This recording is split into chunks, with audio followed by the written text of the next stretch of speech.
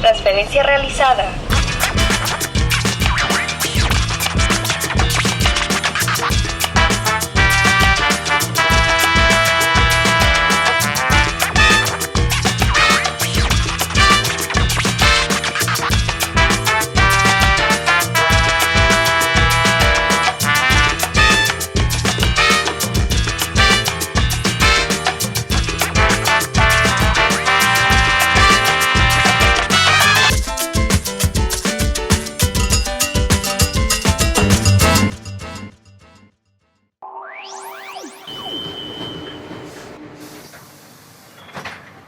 Próxima parada, Edwin Velasco, destino, diálogo con un poeta fragmentado.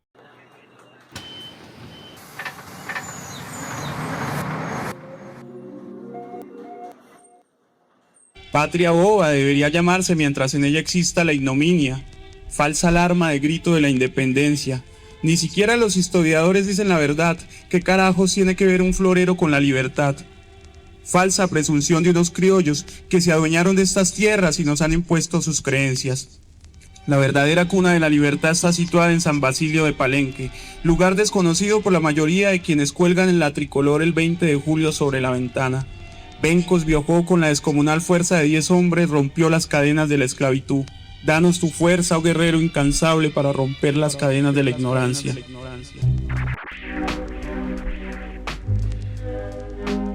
Bienvenidos a otro capítulo de Poesía de Bolsillo, un viaje literario a través de la ciudad.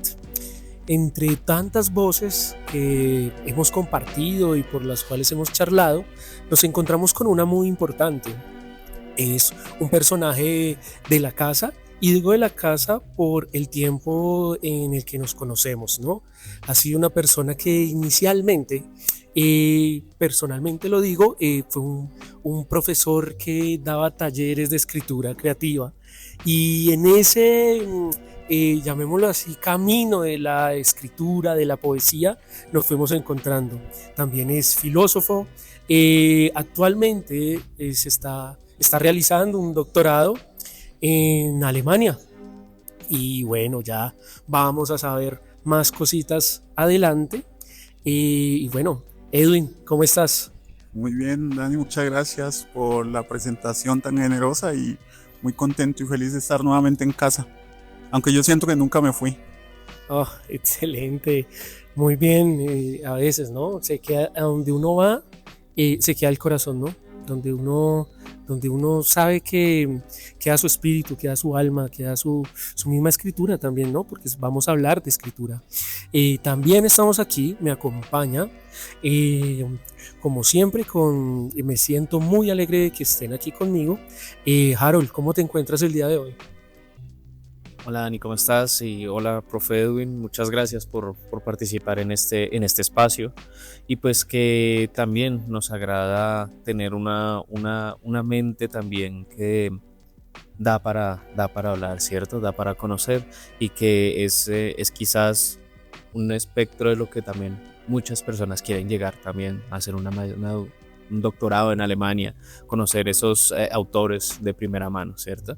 Y pues en especial este diálogo nos va a ayudar a saber qué quizás necesitamos también para llegar a ese escenario.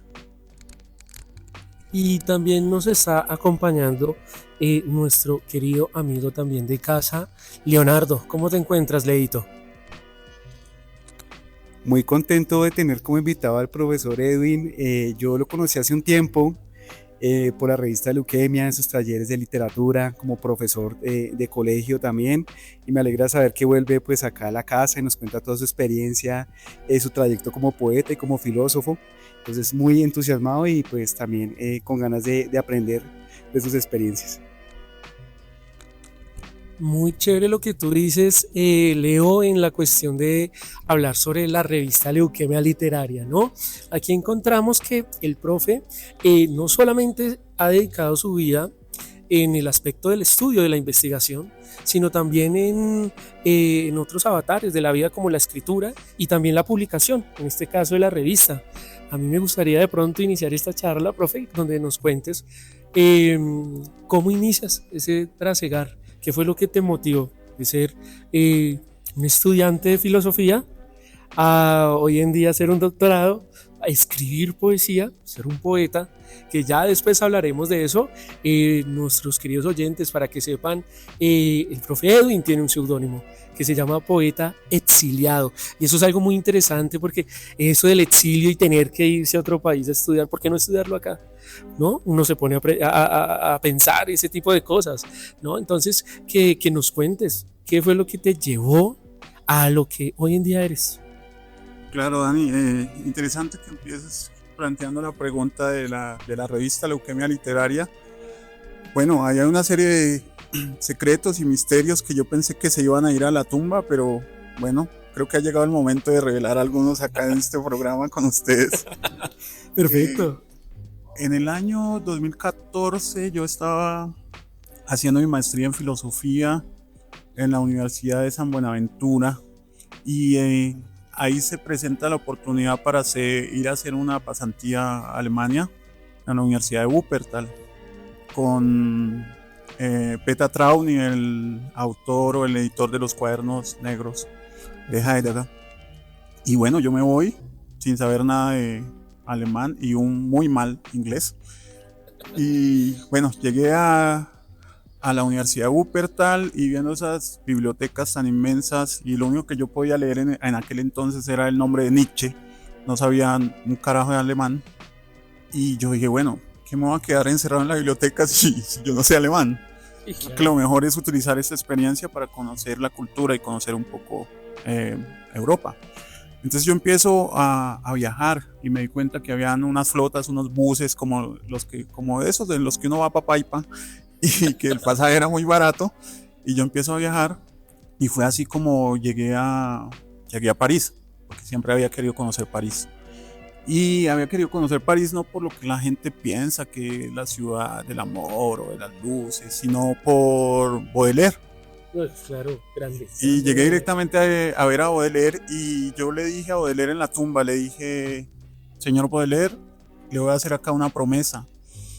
Yo le hago una revista, y yo le dejo a usted acá 5 centavos. Oh.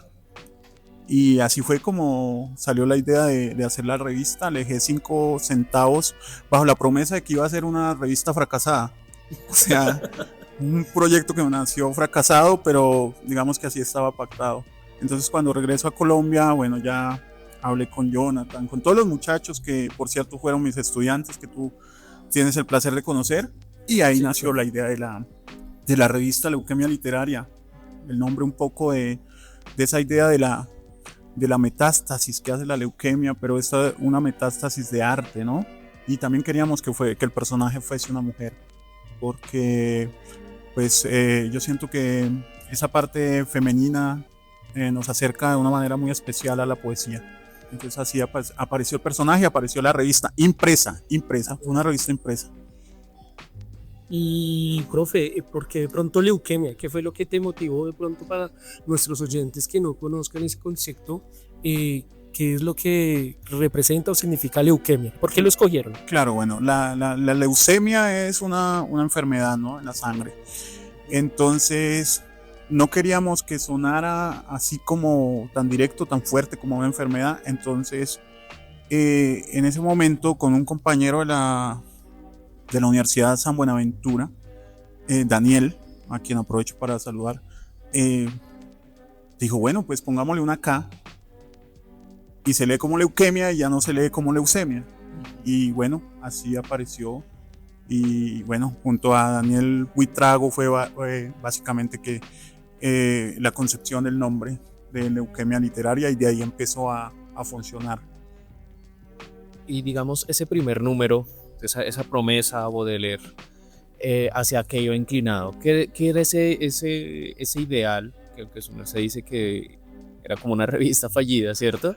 Pero ¿cuál era ese ideal? ¿Qué querían mostrar o qué quieren mostrar en Leuquemia? Sí, el ideal de la revista es mostrar un poco lo tóxico de la ciudad, lo enfermo de las sociedades contemporáneas, de las sociedades modernas, y cómo el hombre, el ser humano, se ha ido deshumanizando. Entonces, digamos que ese es el principal ideal de la revista, y por eso lo hacemos desde papel impreso, porque Vivimos en sociedades donde cada vez más lo clásico se va dejando y se va echando a la basura. Entonces queríamos rescatar también esa idea de que fuera en el papel, de quien lee y tiene la capacidad de sentir el aroma del papel y la textura del papel en las manos. Eso era lo que queríamos lograr con Leucemia Literaria. Hay algo que me llama la atención con lo que dices, profe, y es que hay un concepto, hay una idea, hay una serie de emociones también que uno percibe ahí al momento de esa creación, ¿no? Y algo muy simbólico, como yo me voy a una tumba, ¿no? A hacer una promesa con el espíritu de alguien que muerto, se podría decir, en su cuerpo, ¿no? Pero más que vivo en sus palabras y en las generaciones de jóvenes, viejos que conocen a este autor. Y hay algo que también me llama la atención y es, antes de esa revista, claro, tú llegaste, ¿por qué pensaste de pronto en una revista de poesía, siendo de pronto filósofo? Y tú dices, bueno, ahí es cuando yo quiero entrar de pronto a lo que significa ser exiliado, ¿no? Porque tu nombre, tu seudónimo es el poeta exiliado. Sí. ¿Qué fue lo que te motivó a eso? Bueno, vamos a hablar un poco de eso. Sí, yo tuve la oportunidad de dictar un taller de literatura y poesía para el cual yo no estaba cualificado porque yo no he estudiado nunca literatura. Mi formación toda es como filósofo. Tampoco he asistido nunca a los talleres de creación literaria de la ciudad de Bogotá ni de Colombia. Pero bueno, necesitaba alguien que dictara un taller y yo tuve la valentía, la osadía de decir que yo podía hacerlo de manera autodidacta. Acepto. Un taller que se dictó en unas condiciones muy paupérrimas. Era una casa vieja. Es una universidad conocida del país, pero el lugar que nos dieron para dictar los talleres era una casa muy vieja. Digamos que en su reconocimiento y en su grandeza de esa universidad, tal vez quería mostrar la humildad, la sencillez de la poesía, la humildad poética. Entonces de pronto pensaron en eso. Me imagino, porque en esa casa había ratones, había goteras, habían pocas sillas y también pocos estudiantes. Y bueno, allá empieza el taller de literatura y de poesía y fue así como me fui, digamos, haciendo de manera autodidacta en los caminos de la literatura y de la poesía. Y bueno, profe, hay una cuestión que te pregunto, el hecho del exiliado. ¿Dónde nace esa cuestión? Porque listo, tú nos estás diciendo que tuviste la valentía de, siendo filósofo, Sí. tomar ese taller. No sé, por ahí atrás de pronto me suena que también hay algo monetario, ¿cierto? Porque bueno, Hay que comer, ¿no? un filósofo, bueno, yo me voy a arriesgar a dar el taller, no hay taller de filósofo, no hay taller para Hegel, pues entonces vamos a hacer un taller de literatura. Y entonces, eso fue la cuna de cuando tú hayas dicho, voy a empezar a escribir, voy a empezar a llamarme el poeta exiliado, o tú ya tenías ese rasero de pronto de acercarte a la literatura. No, siempre desde niño he escrito. Bueno, era, digamos, yo digo el típico, porque eso existe en todos los colegios, el típico niño que siempre da las palabras de despedida y siempre está hablando el día de la madre y siempre está como en ese contacto ahí con la palabra, ¿no? Entonces, digamos que eso ya estaba y también ya tenía mis agendas, mis cuadernos de poesía, ¿no? Bueno, a lo que yo le llamaba poesía. Si los leo hoy en día ya tienen otro nombre, pero en ese momento pensaba que ya estaba escribiendo poesía y relatos y bueno, digamos que eso ya venía desde hace muchos años. Por eso también tuve la valentía, además de la necesidad monetaria, tuve la valentía de decir yo hago el taller, ¿no? Porque antes de eso, curiosamente, cosas que pasan en este país, yo trabajaba en una empresa de colchones. Ya me había graduado de filósofo, pero trabajaba en una empresa de colchones, de la cual me echaron porque yo hacía todo mal. Evidentemente, claro. Si contratas un filósofo en una empresa de colchones, no puedes esperar otro resultado. Digamos, ese transcurrir a lo que nos contaste de inicio de la revista, y eso mismo que nos acabas de decir de esos poemas o escritos que quizás no consideras hoy en día como poesía estrictamente dicha, nos hace preguntarnos ¿por qué Baudelaire? ¿Por qué estrictamente Baudelaire? ¿Por qué quizás no otro autor que se encuentra, por ejemplo, en Alemania? Ujú. Bueno, Claro, Baudelaire, porque Baudelaire, yo creo que todos tenemos, todas las personas que se acercan a la poesía tenemos nuestra etapa boehleriana o nuestra etapa Rebelde, digamos, ¿no? sí, Como rebelde, maldita. nuestra etapa maldita. Entonces esa admiración por los poetas malditos, los poetas que van en contra de todas las normas, de todo lo moral, de la iglesia, etcétera, etcétera. Luego tenemos también nuestra etapa bukowskiana. Entonces nos ponemos a beber y mucha cantidad de alcohol y creemos que en esos estados hacemos los mejores poemas. Bueno, en fin, quizás algunos no pasen algunos se ahorran esas etapas, pero bueno, Sí, claro. a mí me tocó esa etapa boehleriana, entonces por eso lo del malditismo y por eso esa idea también del poeta exiliado, que es bueno que me preguntes eso, Dani, porque bueno, aprovecho para revelarle acá a la gente que nos está escuchando que el poeta exiliado, pues en el último número que hasta ahora publicamos de la revista, yo lo maté. O sea, el poeta exiliado ya no existe. Lo fusilamos, Dani.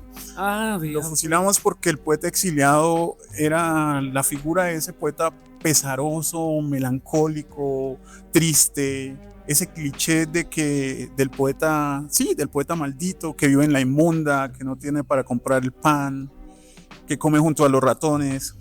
Y bueno, la vida también es otra cosa, no simplemente ese malditismo. Entonces, Había que fusilarlo, había que como tú fusilarlo. dices. No, y eso del exilio suena muy curioso, ¿no? Y que también que tú digas que lo fusiles, porque eso de exilio también suena como de huida, ¿no? Entonces, una persona que huye y entonces en ese huir, quien lamentablemente o necesariamente tiene que acabar, tiene que perder la vida. Claro, Y- había que matarlo para darle espacio a otras figuras más bonitas y más vívidas, Dani, como por ejemplo el sátiro Errabundo, que es otro personaje que es el que le gusta viajar, ir por ahí de ciudad en ciudad, de país en país, probando las bebidas, las comidas y teniendo aventuras con mujeres y en lugares, etcétera, etcétera.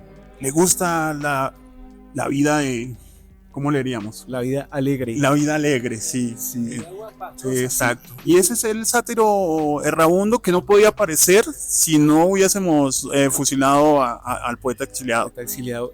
Yo soy coleccionista de las revistas, tengo pues 3 números, creo que hay 4 impresos acá en Colombia, desconozco si hay otro, y me gustan mucho las editoriales, la práctica que hacen en el tema de la editorial, de la presentación de cada uno de estos números. ¿Qué finalidad tiene como la editorial para ti, como editor y jefe de la revista? ¿Qué quieres hacer con esto, aparte pues de los poemas que compartes, de las semblanzas que también las he leído de los poetas? ¿Qué finalidad tiene la editorial para ti? La editorial es muy importante, es yo creo que una parte fundamental porque la editorial muestra la ruta de lo que se va a tratar la revista o el número del cual se esté hablando. Entonces siempre la editorial, digamos que son muy trabajadas porque el propósito es ese, mostrarle al lector, vea lo que usted tiene en sus manos, lo va a llevar por estos recovecos, por estos caminos y hacia allá se va a dirigir todo lo que se presenta en esta revista. Entonces siempre digamos que nos esforzamos por que la editorial sea muy bien lograda. Yo pregunto en ese aspecto, cuando digamos tú hablas de esa conformación de la editorial, para los que nos escuchan de pronto que quieren hacer un trabajo también de ese estilo, de esa gama, es muy difícil ese tipo de procesos. En el aspecto de, por ejemplo, creo yo que una de las cosas más difíciles, más allá de pronto de diagramar, de buscar la portada, es conseguir la gente, ¿no? También esa cuestión de cómo, y claro, profe, no quiero meterme en el rancho, pero por ejemplo tú habías dicho, yo me le medí a hacer poesía, a dar talleres de literatura sin tener ningún conocimiento. Obviamente en el bagaje uno va aprendiendo. Claro, sí. Y mientras uno va dando el taller, mientras uno va leyendo, mientras uno va practicando con los estudiantes, pero también esa cuestión del criterio también da ciertas dificultades, por ejemplo, en escoger un texto. ¿Por qué este texto es adecuado y por qué ese texto no es adecuado, ¿no? Entonces sería chévere, profe, que nos hablaras, digamos, de esas no digamos limitaciones, sino dificultades de poder hacer una editorial. Sí, claro, son dificultades que al final, si tú las ves como posibilidades, vas a salir muy fortalecido. Porque, claro, Si no tienes ni idea de cómo se hace una revista, dónde consigues la gente, a dónde hay que escribir para sacar el ISSN, bueno, todas estas cosas, entonces pues tienes dificultades, pero cuando tú empiezas a indagar, a darte la pela, como se dice, ¿sí? Preguntando, indagando, bueno, la referencia ahí es la Biblioteca Nacional, ¿no? A todos los que tengan, digamos, este tipo de inquietudes, no solamente frente a revistas, sino frente a libros. La Biblioteca Nacional, ahí van a encontrar una muy buena orientación de cómo se hace, cómo se saca el registro, cómo hay que presentar los números, etcétera, etcétera. Entonces es un buen camino. Y esas limitaciones que para, bueno, los grandes poetas de la sociedad colombiana o de la actualidad pueden ser como herramienta, ¿no? Para que digan, pero esta persona que no tiene ni idea porque está hablando de poesía, se convierte con el tiempo más bien en una cuestión de orgullo de haberte dado la pela y haber logrado, y que tengas el valor de decir que empezaste quizás sin tener mucha experiencia, pero que has aprendido mucho del proceso. De generar como comunidad, ¿no? También es en ese aspecto. Claro, yo creo que no aprendes solos. En ese transcurso de hacer un trabajo de estos, como tú dices, de editoriales, nos podemos encontrar con personas que te pueden decir está mal. Pero bueno, o sea, yo creo que, y para los que nos escuchan que quieren hacer una editorial, yo creo que no siempre se puede empezar con el pie derecho. En el momento que vamos aprendiendo, va a haber siempre la caída. Total. Como cualquier cosa. ¿Y qué es lo que uno tiene que aprender? Levantarse y reflexionar frente al asunto y seguir adelante. Ya, bueno, te caíste por una razón. Ya sabes que no puedes volver a caer en la misma fosa. Ya aprendes a esquivar, ya aprendes a seguir adelante, ¿no? Cometes una cantidad de errores al principio, de edición, de que cambiaste los versos y el autor te dijo por qué los cambiaste, por qué hiciste esto, me dañaste el poema, etcétera. Cometes errores de diagramación, pero son todas cosas que hay que hacer, aprender con toda esa cantidad de errores. Luego conoces mucha gente, por ahí vas conociendo. Muchas de las personas que envían los textos al final se convierten en tus grandes amigos, otros en tus grandes enemigos, pero bueno, son los gajes del oficio. En ese caso, cuando su merced dice de asesinamos a ese viejo poeta, me gusta mucho esa parte porque creo que tiene un cierto razón. Ya tenemos que pasar de ese poeta trágico, de ese poeta que está en la miseria, a una especie de nuevo poeta, ¿cierto? Una especie de poeta renovado.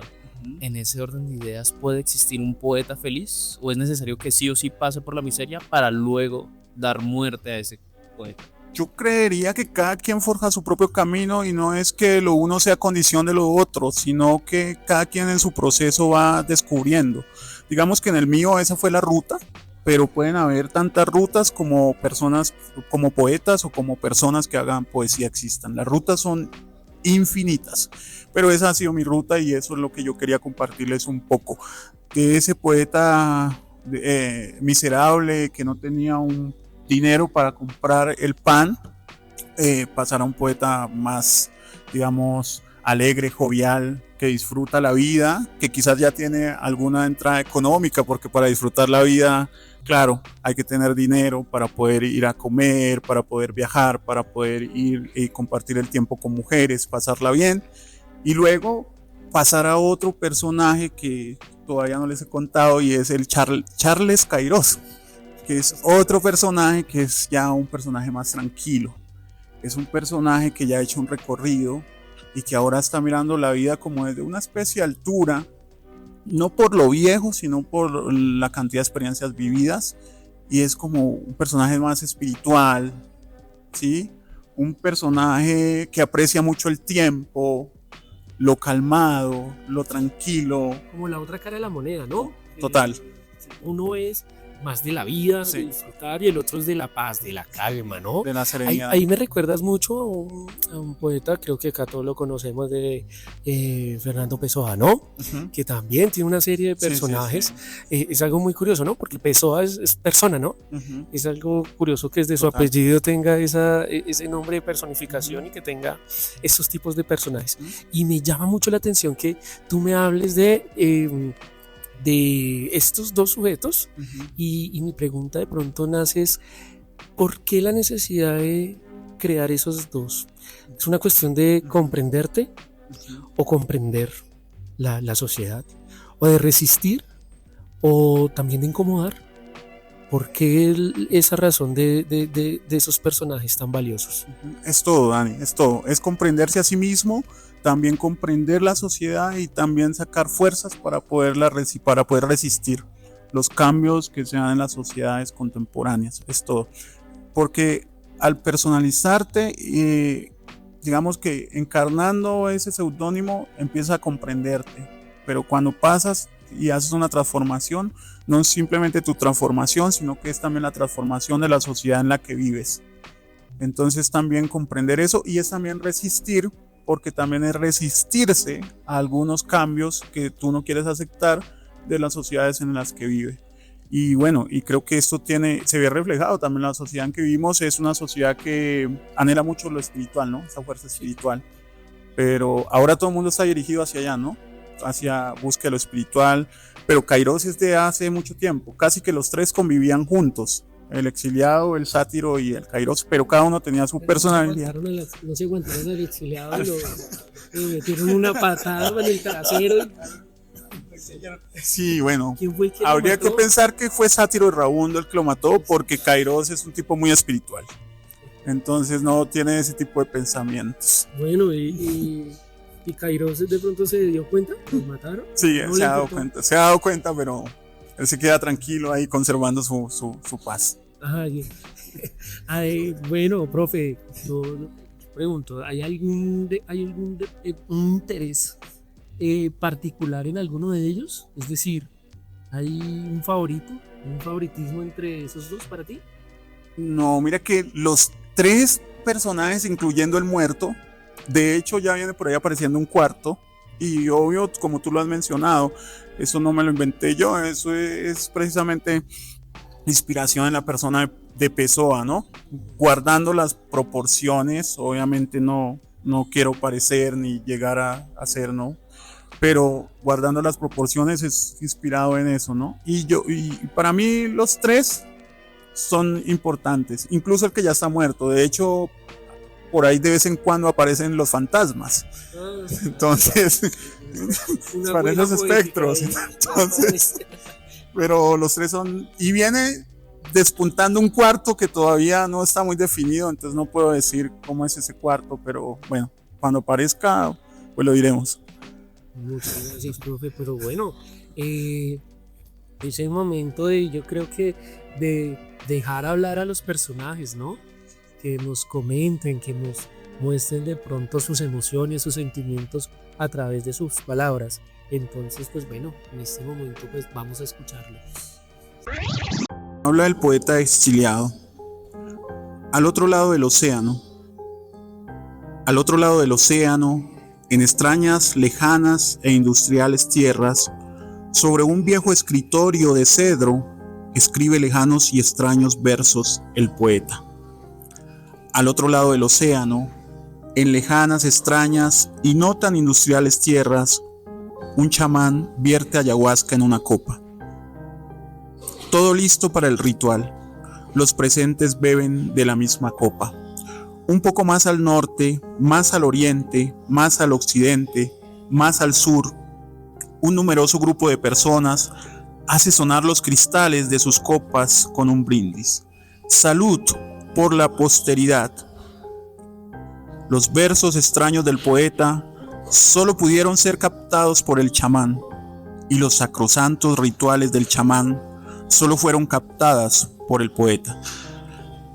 Amanecerá, las numerosas gentes de lejanas y extrañas tierras en ambos lados del océano se levantarán y continuarán entregando su vida a la industria. Muchos de ellos, incluso sin percatarse de que en ambos lados del hemisferio yacen los solitarios cuerpos sin vida y olvidados de un chamán y de un poeta. Habla el sátiro errabundo. Flutur, que significa mariposa en albanés. Imperceptible es su aleteo ante los ojos humanos que claman vanidad, quienes son capaces de guardar silencio y hacer una pausa en la obra de la vida, pueden percibir el momento exacto en que estos coloridos seres brotan de su capullo. Dicen los entendidos del arte de las mariposas que cuando ellas nacen hay una pausa en la hora de la nada. Vienen a adornar el paisaje con sus exóticos colores. Luego de unos cuantos aleteos, en silencio se marchan para siempre. Ellas, las mariposas, son la más grande constatación de que la belleza sucede en medio del silencio más profundo. Habla Kairos. Silencio. Silenci. Silen. Sile. Sil. Sí.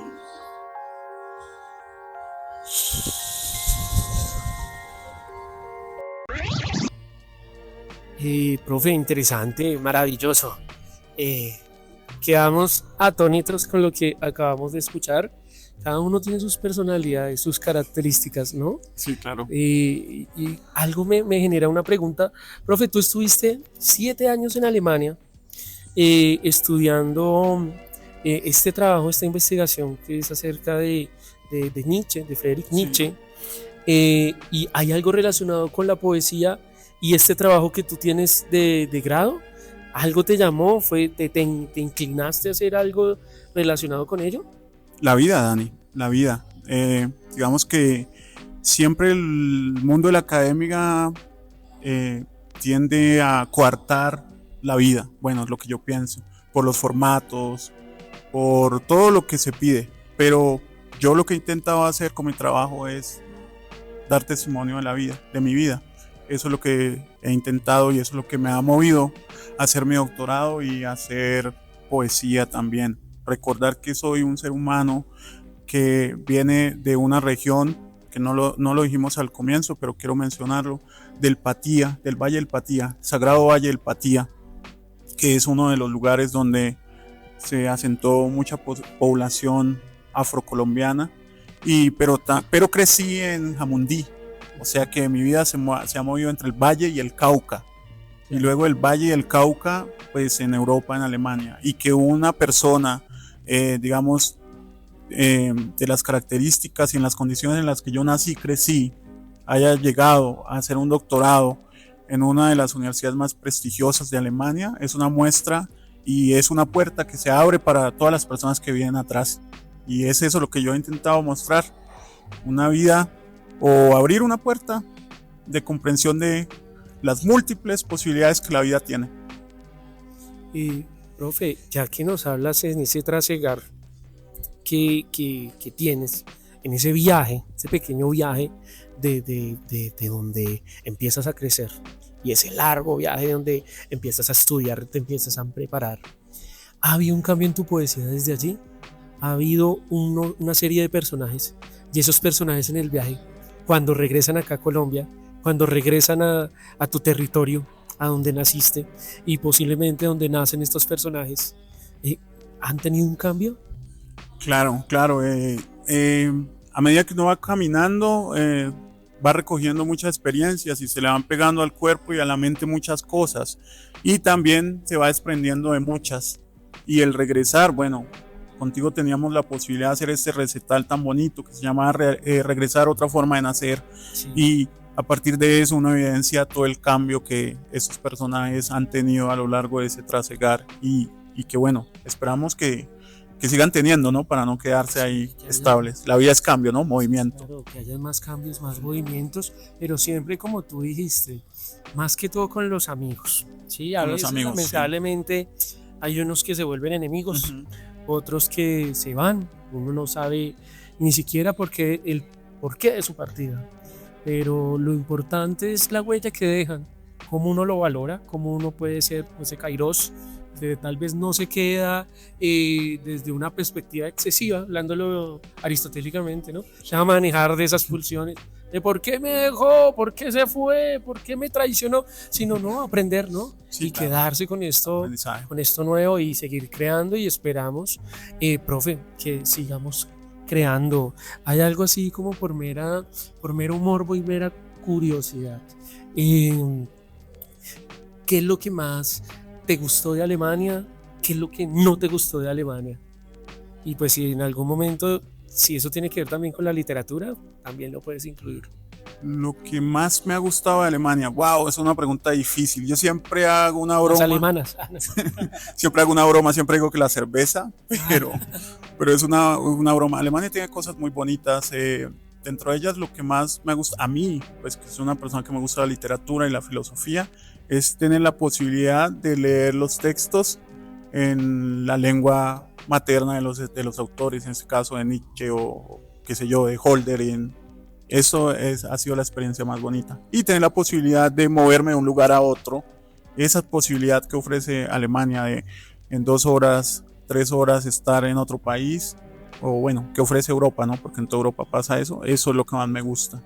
Eso es lo que más me ha gustado. ¿Y cuál era la otra pregunta? ¿Qué no te ha gustado de Alemania? ¿Qué no me ha gustado? Te generó aversión. Lo sistemático, la estructura. Hay estructura para todo. Y esa parte sí, todavía es un choque para mí. Sí. Sí. A mí me gustaría de pronto que nos contaras esa pequeña anécdota del pan. Eso yo creo que la gente tiene que saberlo, el mundo tiene que saber esa anécdota porque esa es una anécdota que sirve para un cuento. Sí, sí, Es algo total. también muy colombiano, que podría ser del extranjero, del Ujú. exiliado inclusive. Claro. Pero que me gustaría que nos contaras esa anécdota del pan. Es una historia que nos contó el profe cuando recién llegó y empezamos a hacer este recital que él nombró anteriormente, pero profe, cuéntanoslo, por favor, que queda acá en la historia. Bueno, que quede entonces también el programa, la anécdota, bueno, un poco para el morbo de quienes escuchan. Yo fui a Alemania en una época en que todas esas tecnologías no estaban tan adelantadas. Entonces, bueno, a mí me tocó con diccionario. No estaba el ChatGPT. No había ChatGPT ni nada de esas traducción simultánea. A mí me tocó con diccionario. Entonces, yo como muy juicioso, muy disciplinado, hacía mis anotaciones en una libretica cuando iba a ir a la tienda o antes buscaba las palabras que iba a necesitar y con esos apuntes yo me iba. Entonces fui así a comprar el pan, me había anotado la palabra pan, Brot, habían anotado cuánto cuesta, wie viel costes, y yo llegué allá con mucha seguridad a preguntar por un pan. Y cuando me respondieron, ¿de cuál quiere? ¿Cómo lo quiere? El gesto mío fue empezar a abrir el diccionario y ellos se desesperaron y como que, siguiente. En una de las tantas anécdotas que uno puede tener siendo extranjero, ¿no? ¿Qué más en Colombia? Y más cuando dices que el orden que se tiene. Claro. Bueno, profe, lamentablemente como el viaje en Transmilenio hay que parar y hay que Sí, bajarnos claro. del viaje, porque si nos quedamos dormir en el Transmilenio pues nos saca. A mí una vez me pasó. Varias, pero sí. Entonces pues hay que terminar este capítulo y bueno, profe, ¿qué consejo te gustaría darle a los jóvenes, los viejos, los adolescentes que nos escuchan en este momento acerca de la poesía, la literatura, el quehacer también literario y también sobre el hecho de crear proyectos? ¿Qué mensaje te gustaría dejarles? Que sigan caminando, que continúen. El camino es largo, pero habrá caídas, hay que levantarse siempre. Los árboles mueren de pie y que luchen por sus proyectos. Y para resumirlo, que le metan berraquera, que sobre todo que le metan amor a lo que se hace. Para resumirlo en una frase, que seguramente no es mía, sino que me la robé de algún lado y como ve el ladrón no sé de dónde me la robé. Y la frase dice, siempre permanecerá, aún después de las cenizas, todo el juego y todo el amor que llevo dentro. Muchas gracias. Muchas Esto es gracias. Poesía de Bolsillo, un viaje literario a través de la ciudad. Muchas gracias. El ruiseñor. A la vera del camino yace un ruiseñor muerto. Los transeúntes pasan por encima de sus despojos mortales sin percatarse de que a la vera del camino yace un ruiseñor muerto. Solo pocos se percatan, miran con asco, otros con apatía, todos continúan su rumbo. A mí me duele el alma, lloro en mi habitación todas las mañanas, en las que no escucho a través de mi ventana el canto del ruiseñor que yace muerto a la vera del camino. Chao.